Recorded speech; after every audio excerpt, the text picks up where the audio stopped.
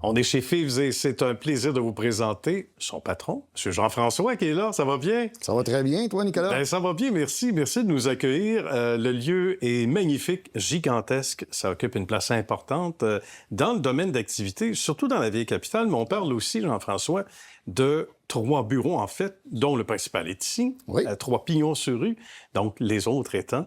À Saguenay Oui. et à Toronto. Et à Toronto. Mais le meilleur se passe ici. C'est pour ça qu'on vient rencontrer Jean-François. On va parler des origines de l'entité. Mais toi, personnellement, d'abord, tu étais non loin de la compagnie qu'on connaît aujourd'hui. Tu étais sur la route, surtout. C'est ça. C'est là que j'ai commencé donc le métier en 1997 aux origines. Okay. Et puis, j'ai travaillé comme technicien en équipement de levage. Donc, j'étais sur la route. Je me déplaçais de client en client, justement, pour aller dépanner les équipements. C'est comme ça que j'ai appris le métier. Bien. Et puis, lentement, au fil des ans, j'ai pu croître dans l'organisation jusqu'au poste de directeur général. Et ça fait des gens, évidemment, bien outillés dans les deux sens du terme pour accéder à des postes importants, parce qu'on dit que pour être un bon patron, une bonne patronne, les habitudes de l'émission m'entendent et me voient souvent le répéter, il faut avoir franchi toutes les étapes, ou presque. Personne comme employé qui peut venir dire « Jean-François, tu sais pas, tu l'as pas fait. » Non, je l'ai fait. Et voici comment faire. Donc, ça fait de bons dirigeants, de bonnes dirigeantes. Quand on regarde le portrait, il y a eu évidemment, c'était pas une ligne droite, il y a eu des acquisitions, etc. Ouais.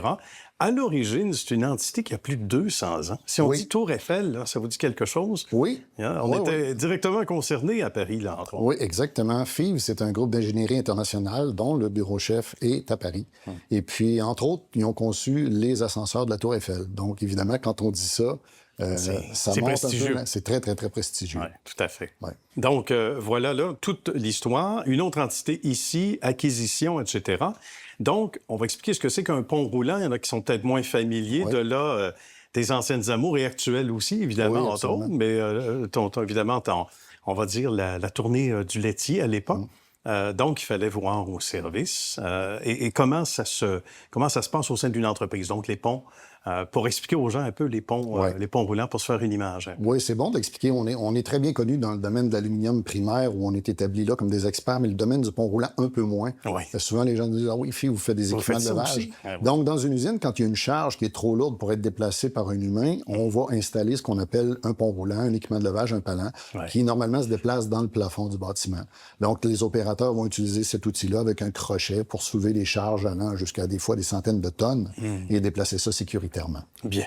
Donc, avec l'acquisition dont on parlait tantôt, ce qui nous amène plus qu'un 2.0 en termes d'entité de prestige, on le mentionnait, qu'est-ce qui a le plus changé, disons, dans les dernières années? D'abord, il y a l'entité ici, la bâtisse, mais en termes d'offre de services, outre l'arrivée, justement, de levage, qu'on ne faisait pas avant. Disons que le volet Fives nous a amené une très, très grande ouverture sur le milieu industriel. Non seulement on avait les équipements de levage qu'on avait l'habitude de travailler, mais ça nous a amené aussi des équipements de procédés et un bassin de clientèle beaucoup plus large. D'accord. Donc, ce qu'on fait aujourd'hui, c'est qu'on essaie de supporter l'industrie en général dans toutes sortes de domaines.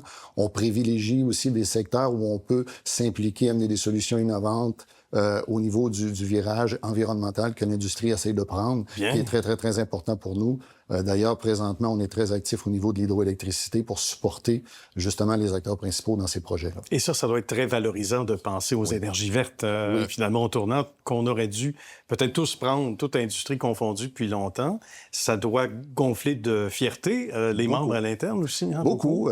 Ça fait partie des valeurs fondamentales du groupe. C'est aussi très important pour nos employés de pouvoir s'identifier comme partie prenante de la solution de ce virage-là, d'une industrie, si on veut, plus responsable. Absolument. Parlons-en des employés. Ils ont l'air heureux de travailler ici. Oui. Ça, c'est certain. On voit des sourires depuis tantôt.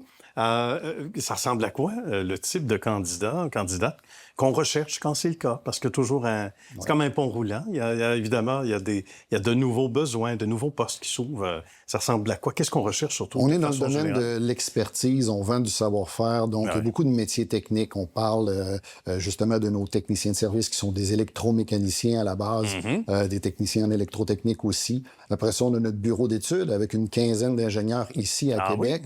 Donc des disciplines domaine de mécanique, d'électrique, d'automatisme aussi, qui est une grosse tendance dans l'industrie. Donc, on a toutes ces compétences-là à l'interne. Évidemment, on a de la gestion de projet. On a toutes nos fonctions aussi qui nous permettent de livrer à nos clients des fonctions d'achat, des fonctions de vente. On a aussi un atelier de production que vous aurez la chance de visiter. Tout à fait, qu'on voit en image aussi d'ailleurs.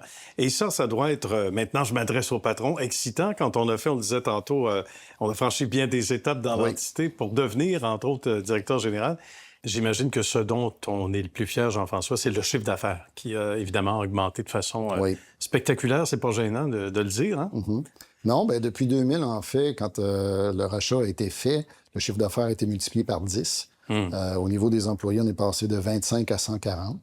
Il y a quand même un défi, quand on connaît une croissance comme celle-là, de conserver l'ADN de la compagnie, les valeurs fondamentales. Et puis, on a très bien réussi. On a vraiment une équipe de gens motivés, déterminés, audacieux aussi dans notre domaine, il faut l'être, innovant. Et puis ça, j'en suis très fier. C'est important de conserver, tu mentionnes l'ADN, toutes les valeurs, la proximité avec les entreprises qui fait que ces gens-là, et visiblement, c'est réussi, puisqu'il y en a d'autres qui se joignent à la fête, et on en profite au sein de l'émission souvent, comme c'est le cas ici, je me trompe pas, donc pour inciter les gens qui voudraient avoir des détails, des nouvelles par rapport à cela. L'évolution peut-être des postes offerts, à ne pas se gêner justement, puis aller visiter le site web. Mais il y a de quoi être très, très fier d'augmenter le volume, mais de garder le même esprit, non? Oui, même esprit d'équipe. C'est très, très, très important. On aime dire qu'on est une grande famille. On a beaucoup de plaisir à faire ce qu'on fait. On est des passionnés du domaine. Absolument. Merci beaucoup, Jean-François. Merci à toi. Beau, évidemment, belle carrière, beau cheminement, que ça se poursuive le plus longtemps possible. Merci. À la prochaine. Prochaine.